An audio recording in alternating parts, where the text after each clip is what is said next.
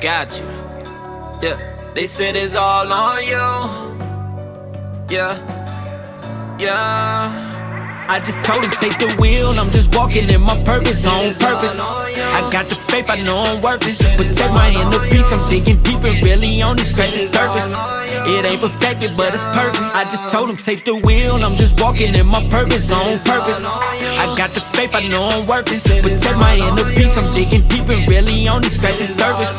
It ain't perfected, but it's perfect. I'm a man on a mission, I'm just walking with this purpose. Patience is a virtue, but success to me is urgent. Window of opportunity, and they trying to come pull these curtains. I'm putting on the clinic. So today with us on Stool Talk, we're honored to have a special guest with us. Here on Stool Talk, we walk in our purpose on purpose, and today's guest is definitely doing that. A basketball legend in the city of Toledo, went on to do some great things, a great student of the game, great athlete, great team player, great mentor, played at a high level, played D1, been around a lot of great players. Today we have with us the one, the only, Miss Stephanie Johnson. How you doing today? I'm blessed. I'm blessed. Thank you for that. Yeah, How for you sure. doing? I'm doing good. I'm doing good. So as the basketball season starts, just in well, about to be in the finals of the WNBA, as you see in this basketball, you've been to games, you still go to games, you be around players. What do you think the state of women's basketball is? To be honest with you, I'll say we, because being a part of it and helping being a part of it for the last few years on the coaching side and actually being a player, it's basically in the foundation to where it's supposed to be years ago. It's moving forward in a better way that I can explain, especially doing a lot of stuff from behind the scenes on what's to come. So basically right now it's basically a dream come true for a lot of people to see it for in their action, how much of the development has came over the few years. But within the last 2 years, I can definitely say women's basketball is more exciting. It's more of a thrill to watch. I think you got a lot more passion into it, a lot more fundamentals into it when you really watch it on the women's side. More competitiveness. I think because they got a point to prove just because they're women in general.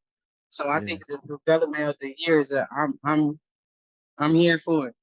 Yeah, and the players that you coach and that you mentor and that you train, do you allow them to know, how good of a player you are, the knowledge of your game, and that you just not talking? Because sometimes kids want to know, like, do they really know what they talking about? But I know you don't brag, and I know your stuff that you did, it speaks for itself. So how do you go about handling that? To be honest with you, every situation is different. Because I think when I played compared to when the game is now, the game has transferred a little bit more. We got a lot of more kids that are more skilled on a different level when it comes to when I played. So at the end of the day, I can't really compare my game to none of theirs or how it was when I played because it changes every day.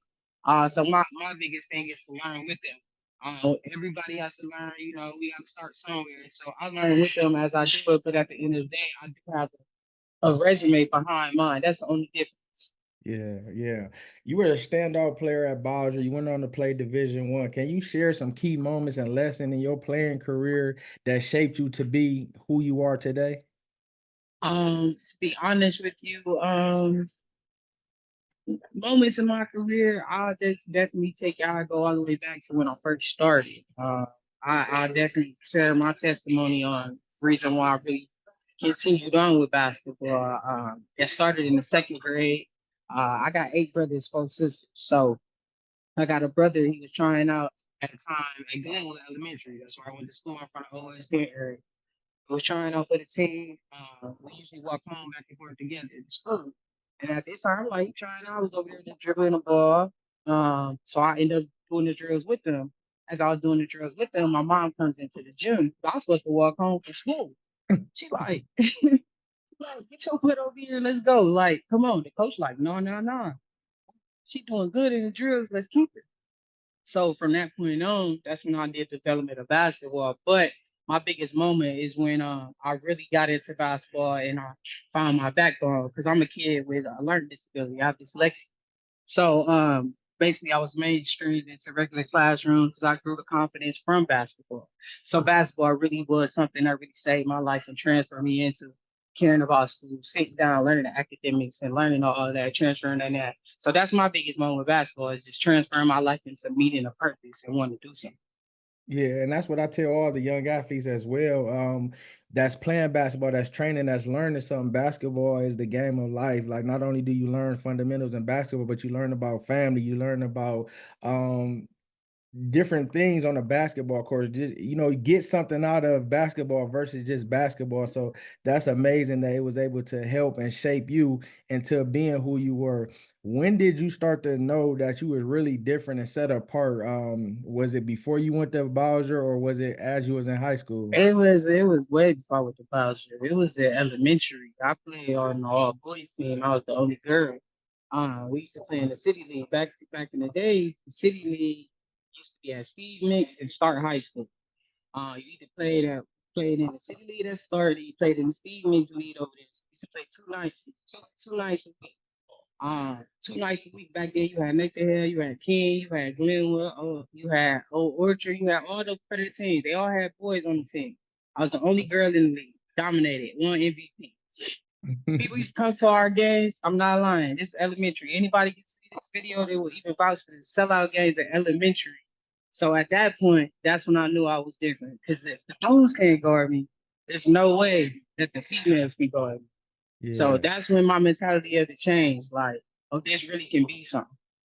Yeah. And then as you go, because I used to see you like your freshman year, really, because you used to be on TV a lot, on the news, I'm like, man, who is this? Like, they is killing.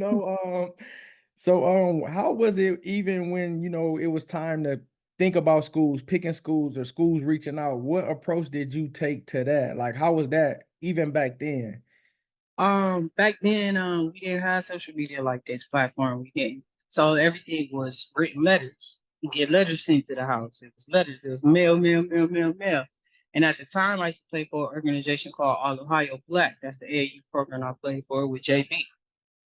When I got with them, that was going into my freshman year. I was leaving Robinson going into my freshman year. I got with them because that's when I started playing with Jazz Davis my freshman year. Yeah. Jazz and me, we was introduced to All Ohio. She played on the older team, I played on the younger team. So when our first tournament that we played in was at the Boo Williams in Virginia. And I'm in the same class as Maya Moore. Our first game was against Maya Moore, Georgia Metro. And at this time, every coach was sitting there Yeah. watching. So that's when I know it was serious. But at that time, all we got was like handwritten letters. And at the time, they should come to your school, talk to your coaches, visit you at school, stuff like that. But what broke down my process, to be honest with you, a lot of my AAU players was already connected at Xavier, and some of them already had committed to Xavier. So it was like a family thing. And one of the coaches that was really, really recruiting me, uh, he was there too. But it was between Michigan State, Bowling Green, and Xavier. But Michigan State coach had left. So that's Okay. what messed me up. To be honest, I was gonna go to Michigan State and play there. But the coach had left. So that's how I ended up going to Xavier. But back in the day, it was just handwritten letters. The people that communicated the most through letters, stuff like that. Call your house phone. If they catch you, they can. If not, it was what it was. Yeah. And how do you help your players that you coach or that you mentor and, helping them make college choices or even telling them or giving them advice? Through the process of coaching with this AAU circuit, when a lot of different girls are training, my main thing is find people that want you. Don't find nobody that you chase, because when you go to these schools, you need a coach that's gonna be in that room vouching for you to get you on that floor. You know what I'm saying? Who's gonna be there and have your back? Because when you go to school, a lot of these kids is lonely.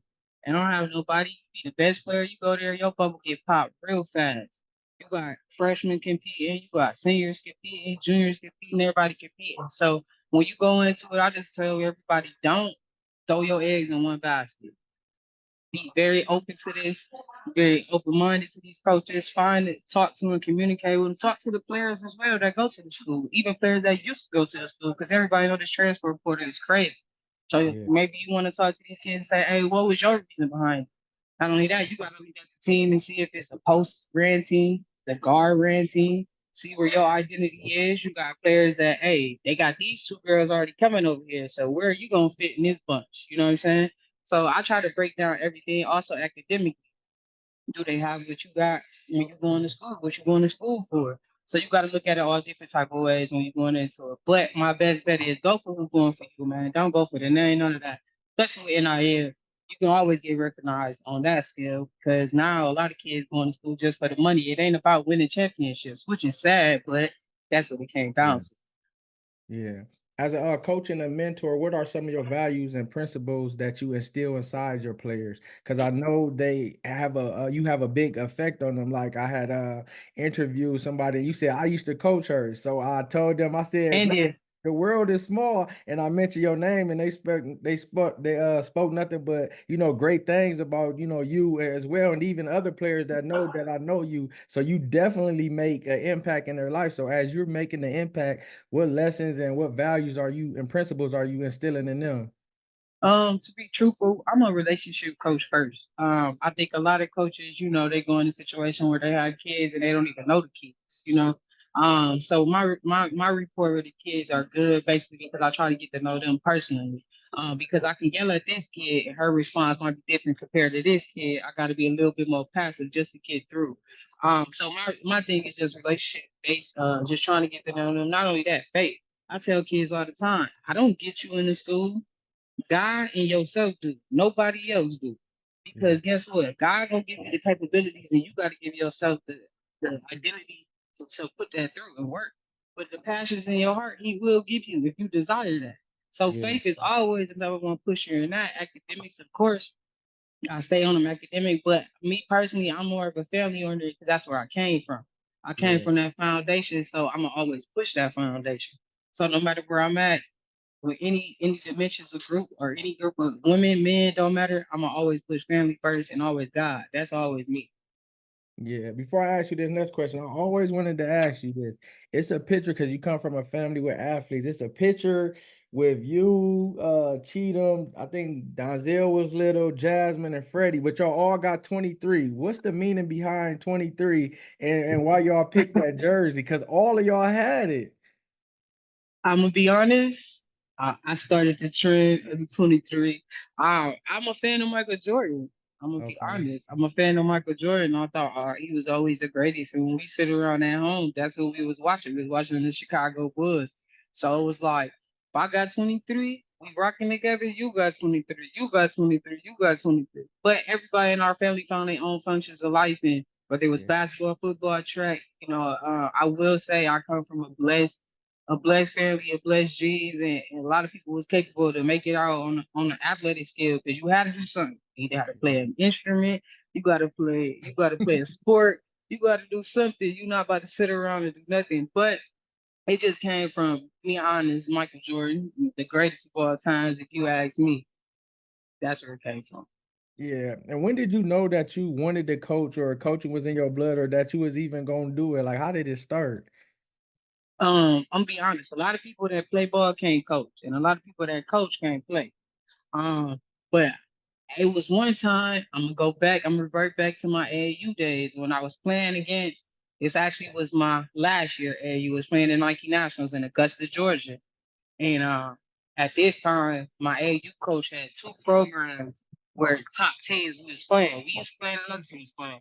We had a little game, but it wasn't like a top tier game. And he told the players and he told the assistants, just off my IQ and what I learned just growing up and just my passion for the game, I always try to study a lot of things. He was just like, if I'm not here, y'all listen to her. And I took that and I always try to learn no matter what, and just being coachable and just being humble and just knowing like I don't know everything. So I gotta listen and pay attention. But with coaching, once I stopped playing, it was like I gotta stay with the game some way, somehow. So I love it too much to be like, I can't just watch it and not be involved. Like I'll be at a park, I see a little kid doing something, I'll be like, hey, come here real fast. Let me show you how to do something. Like so it's something I want to do. Like everybody is here for a purpose, it's a purpose and a passion. And I tell people all the time, like this is my passion, but I also think this is my purpose. So I want to just keep pushing it. Wow. Wow.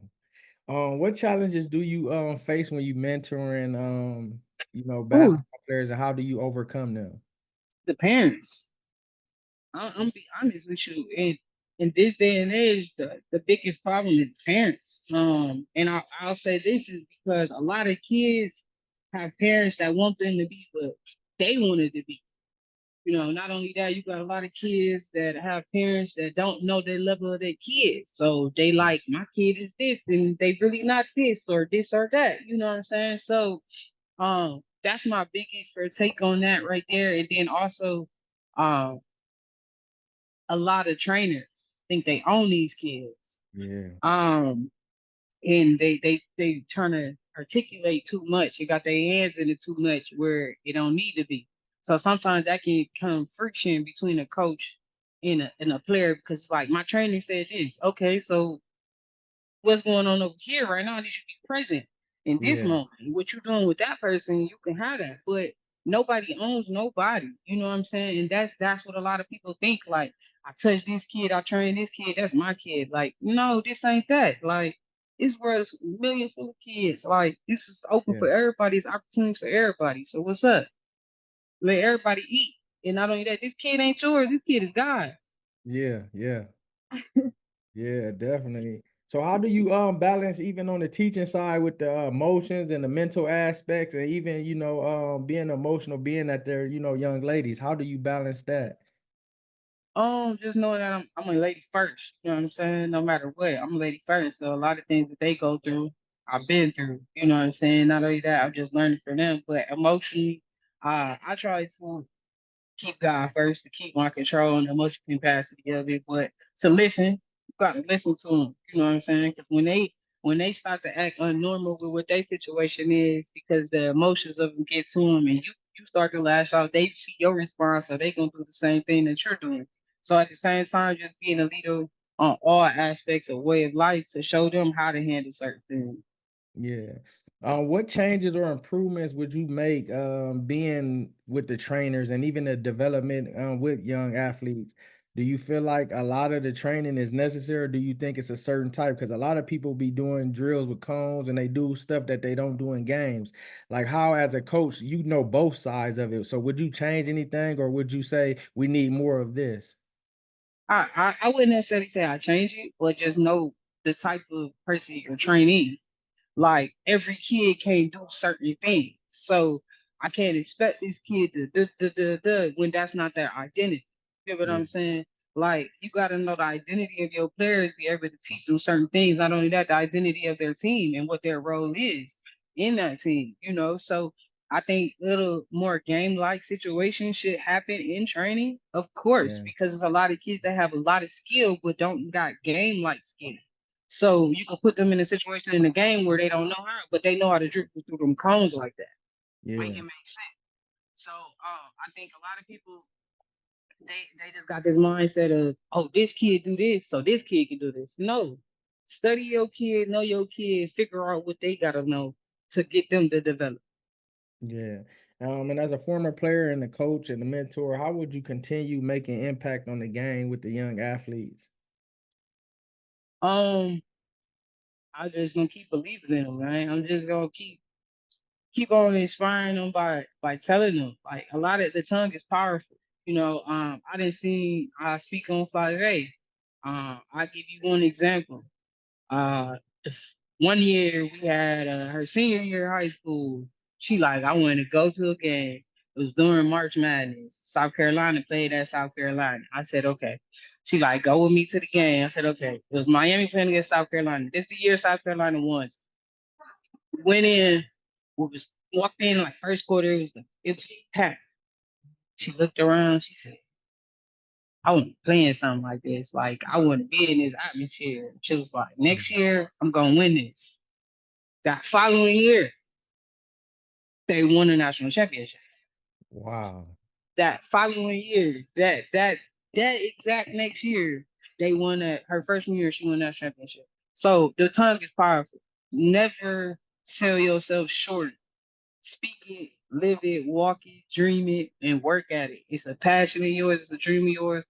And don't let nobody steal what you got for yourself. Because a lot of people they deteriorate people's dreams by just little nagging stuff they say and how they act, or they don't put it forth for help for their childhood. Figure out a way. It's gonna happen for you.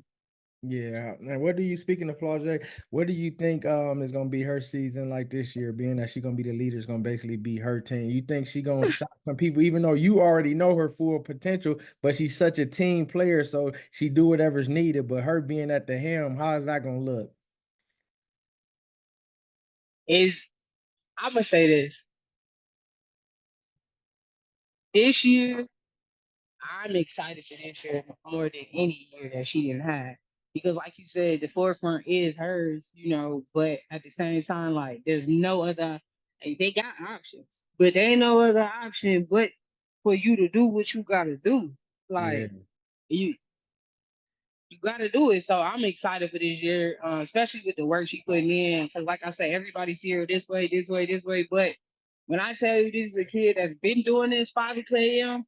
to get her 500 shots, work out with the team, then do it again, record a song, do this, do that. Like this is for real. But yeah, what's more beautiful about her is she's a gifted person, like a human being. Like she's genuine. She's pros. Like she's really that. So I commend her on all levels. So I don't care what nobody say. This year, her year. I'm saying it now, just yeah. like I'm gonna keep saying it because she always put God first. I'm talking about wake up, read her Bible, talk about God, like believe it in highly. So anybody that put him first is gonna always win. Yeah, and she's definitely set apart, and she carries herself, different than a lot of young women and even athletes and even artists. But what you said when you was just talking about her, it came back to me. What you said, she's walking in her purpose, being an artist, living her dad is living through her, and not even having a dad. She ain't playing like with time and life. She's taking advantage of everything and still putting God first. So God know he can trust her with making her a superstar artist, making her superstar basketball. God know he can trust her because he see she's being fruitful and she's doing what she need to do with it. So that's amazing. And I think a lot of people, like you said, need to understand that and have a purpose for them and start speaking that stuff and be big on faith and trust God. Because what else you gonna do? Yes, yes, and that's what and I ain't gonna knock nobody because a lot of people don't even know God. You get what I'm saying? And never was taught that. So I thank my people for teaching me that and having that guidance. So I mean, if you don't know Him, get to know Him for yourself. I say that to anybody, but at the same time, like you said, walking in your purpose is the best light that can shine on you. Like I tell people all the time, when you find your purpose to walk, don't Yeah, nothing blind you from that. You just there. But at the same time, there will be distractions, but it's all about how you handle them. yeah, But yeah, I'm definitely excited for this year. They team this year is definitely way more crazier than last year. I love Angel Reese, no disrespect. But as far as the guard play, as far as it going to the bench, it's more deeper than it was last year. I will yeah. say that. Yeah, definitely. And then that's me and your job too, since we know we can't just sit on this, wisdom that we know about God. We got to continue, and I ain't saying we don't. We got to continue to share, continue to encourage and pour into them, because once we allow them to know God's love for them and how God sees them and how they should see themselves, or just know what we know, then He gonna get the glory out of that, and then they gonna want to know more. Even seeing this interview, man, I want to know God, man. I was Stephanie, she was talking about this. That's what I want, you know what I mean? And some people might be shy or hesitant, like they want it, but they don't want other people to know. But we're not supposed to do Man, the same. listen, what God said, listen, love cover multitude of sin. So listen, love him and people gonna love you and they ain't gonna judge you for loving him. You get what Yeah, I'm saying? The yeah, people that judge you for loving him, we don't need them around us at yeah, yeah, all. So nobody should be ashamed for loving him because without him, there is no purpose. What is the purpose? yeah, Ain't no purpose. So God, I definitely will say the older I got, the more I got deeper into him, but I always knew him. So I always had to yeah, find my way back to him. But he knew what he was doing with me. yeah, yeah. Last couple questions, I get you out of here. Looking back at your own journey, what would you say to your younger self? Oh, I would have definitely worked harder. Now what I know now, I would have definitely worked harder. I was one of those kids. I used to go to the gym, but I wasn't in the gym. I was more of a pickup player. I hoop outside all day. I go to Wilson Park. I would go to over there. city park, everything, hoop outside all day. But as far as me, um, sometimes I go to my mom. She worked at NODC, so I did have a gym available to me, but I didn't utilize it as much as I should on the independent side. So I would say definitely get more work in, and also just believing in myself when I did get to that D1 level because it was discouraging a little at the beginning.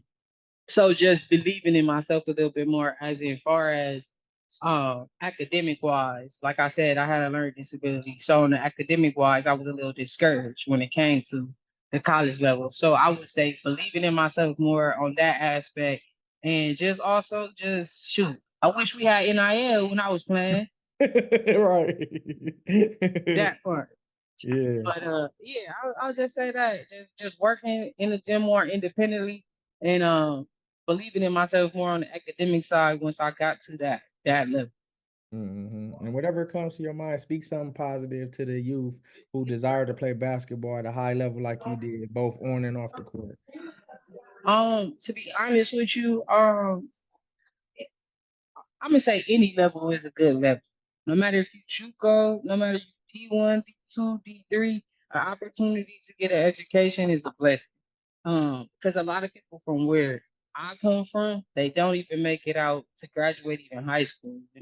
I see a lot of people in my generation who had kids that's not even making it to see the light of day anymore. So I would say stick with it. Academics is key. And be respectful to your parents, man, and the people around you. You know that because that gets you far. A lot of people I do know and a lot of connections I have is just networking off of my name. Just being a good person and an honest person that can get you far and a lot of doors that are open for you just off that. So always carry your legacy with a good way. But I want to say one thing to the city, if I can. Um, I feel like this, and I'm just gonna be honest with you. When the city went into the feeder programs, I feel like that's where we lost a lot of our kids. As far as when I was growing up, every elementary had a school. That's taking 20 to 15 kids out of every neighborhood, putting them on a structure team and getting them away. Now you only taking 15 kids out of each neighborhood, and you got the other ones that was looking just for fatherhood, structure, camaraderie. Yeah. They don't have anything anymore. And then we wondering why a lot of these kids fall short to the streets. But when I was playing, I knew kids from Leverett, King, Nathan Hale, Spring, Cherry, Fullerton. Every school had a team. And we used to Yeah. compete, but we was always competing together. But when they did that, I think it took a lot away from the youth. And we don't have that anymore. And I just feel like they need to just go ahead and bring that back, man, because we not saving a lot. We hurting a lot. I know kids that played on the team that wasn't good, but they just needed Yeah. to be somewhere. Now them kids that need to be somewhere, they ain't got nowhere to go. You know what I'm saying? Coach Tally used to feed kids, like all of them used to do all that. But now it's like I got 15, 15, 15, 15, 15. How many kids is that compared to how many outside ain't got Yeah. nothing? Yeah. So I feel like that's where the disconnect went with Iowa. And then also a lot of people talk about we don't got good athletes. That's where disconnect come with that, as far as on the sports side. But we're getting better with that. I will say on the athletes on the basketball side. But that's another disconnect because a lot of kids not getting on reps and playing like that as well. But hopefully the city, recognize that and come up with something better, a better concept. But I don't really care for that concept y'all got going because you ain't saving a lot, you're hurting a lot with that. Yeah, definitely. Definitely. But we thank you. We're spotlighting you for all you do for the game of basketball and stuff that you do behind closed doors that nobody knows about, that don't nobody talk about. But when you know somebody that knows you, they speak and say, "Oh, she helped me with this. Oh, she a great coach. Oh man, I love her." So, That's continue to do crazy. that. That's crazy. Yeah, I saw that. I was like, oh yeah, she all the way from Mississippi. I was down that way, Yeah. coaching with Memphis with John Morant people. So I definitely I'll be some everywhere. I don't care where you is. I'm gonna try to help you. Yeah, yeah. And I'm gonna make it my business to connect with you, man, and for real, and be a part of it for real. For real. Well, Everything. I'm working with Lou Williams now. I coach his AAU program now, Winners Unite. So definitely get with me because I Okay. definitely pushing a lot around this way. And plus, I always be at games and different things. Yeah, yeah, I appreciate it. And that's even to me. Sometimes I have to build my faith up to say, Lord, I don't know how this gonna look, but be with me and it's happening. That's how I'm slowly, but you've been told me that, sis. I give you that. You've been told me. Come on, man. Come on. Yup, yup. We appreciate it. Ladies and gentlemen, Stephanie Johnson.